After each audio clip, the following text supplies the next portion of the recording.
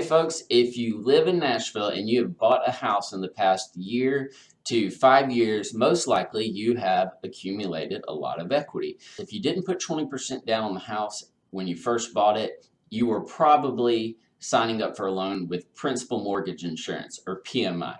That money does not go towards your principal or your interest. It's simply money thrown away so that the bank has their investment more secure. So I want to talk to you real quickly about how you can get PMI removed. The first step is you need to check with your lender and find out the terms for removing PMI. Sometimes if it's only been a year, for example, they will not remove PMI within the first year. Other times, even though you could have avoided PMI with 20% down, you now would have to have 30% equity to remove the PMI. So check with them. That's the first step. The second step is that you need to call me or another realtor. I do this for free. It's just a service I do for clients, and ask them to run the numbers. In an area where houses can be fixed up in various levels, sometimes you can be certain that if you were to put your house on the market, you would sell it for more than enough to cover the difference between that 20%. However, if the right numbers aren't in the books because you have a slow moving neighborhood, or perhaps the houses that have sold recently have been too distressed to be comparable to your house, you need to make sure those numbers are on the books. So I'll run those numbers for you. If it looks like it's really close, I'm going to ask you to wait, and let's check that again in a month or two, depending on what pending sales I have. Sometimes I'll say, check back with me in 6 months. The reason you want to do this is because of step 3.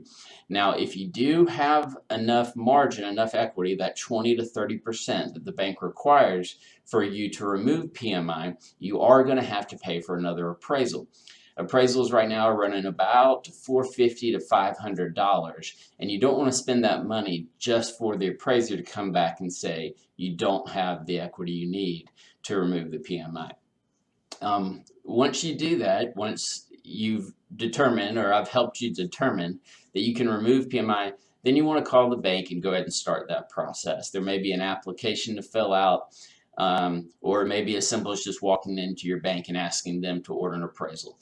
But you don't want to spend $500 just to not be able to remove PMI. So I'm going to show you an example of what I can send you to help you make your decision. Now, this is the one that I'm working on today. You can see right here that they bought the house towards the end of last year, or I guess about the middle of last year, and they paid $322,000 for it, or $122 a square foot. Now, the client has already reached out to me and told me that he owes $300 on the house as it is now. So what I've done is pulled the records for this neighborhood. Let me adjust my screen here, and you can see these are the active listings. These kind of help me figure out what's going to happen in the market soon in terms of are people having high days on the market because they're not able to continue to increase the price per square foot, and so on.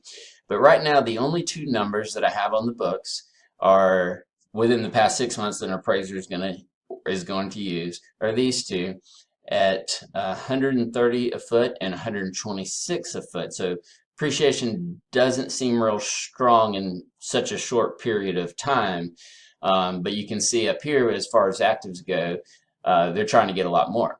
The days on the market on some of these are kind of high, which I know is not high traditionally, but it's a little high in this market right now. And the withdrawns right here are telling the tale of what wasn't able to sell at what price, and they could have been in worse condition, etc. But as for now, I've got these two on the books, and I've got two more pending that haven't recorded yet at $132 and $140 a square foot. So let's do the math. So doing some quick math, let me show you where this client stands. Essentially, our past 6 month comps, which we only have two, that's a little bit thin. However, they usually pick a third one outside the neighborhood. So the two reliable comps we have are around $128 a square foot, or a new valuation of $339. Not a bad amount of appreciation in 9 months. However, if you divide that by how much, if you divide how much they owe by what the house is currently worth, we still only find ourselves at an 88% loan to value ratio, meaning this client does not have enough equity yet to go ahead and pay for an appraisal. So the next steps, in this situation, I did have some really good comps pending, particularly one at $140 a square foot. That'd possibly give you a new evaluation or valuation at $350 in the next few months. However, that doesn't quite get us there. Again, that only brings us to 86%. This is a situation where we're going to have to wait till the end of the summer. So when some of the numbers in the 130 a square foot area continue to drop off, and we see more in the 140s and even into the $150 a square foot, then it'll be time to drop PMI. So before you order an appraisal, in order to drop PMI, give me a call. It'll take 30-40 minutes of my time, and I will get you a valuation to help you know if now's the time. Thanks.